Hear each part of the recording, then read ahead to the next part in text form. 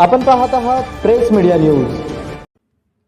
आईसोबत अनैतिक संबंध ठेवल्याच्या संशयातून विवाहित प्रियकराचा खून. पुण्यातील आंबेगाव पोलीस ठाण्यात गुन्हा दाखल.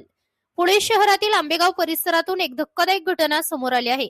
आईसोबत अनैतिक संबंध ठेवल्याच्या रागातून एका विवाहित प्रियकराचा खून करण्यात आल्याची घटना घडली असून या प्रकरणी आंबेगाव पोलीस ठाण्यात गुन्हा दाखल करण्यात आला आहे.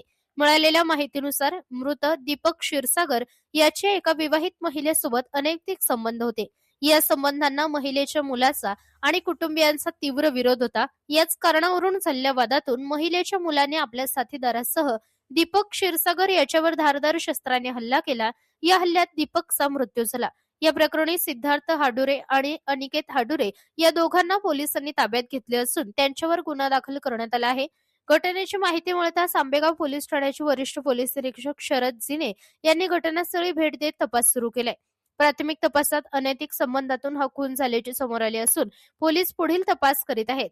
अशाच ताज्या आणि विश्वासार्ह बातम्यांसाठी प्रेस मीडिया न्यूज चॅनलला सबस्क्राईब करा.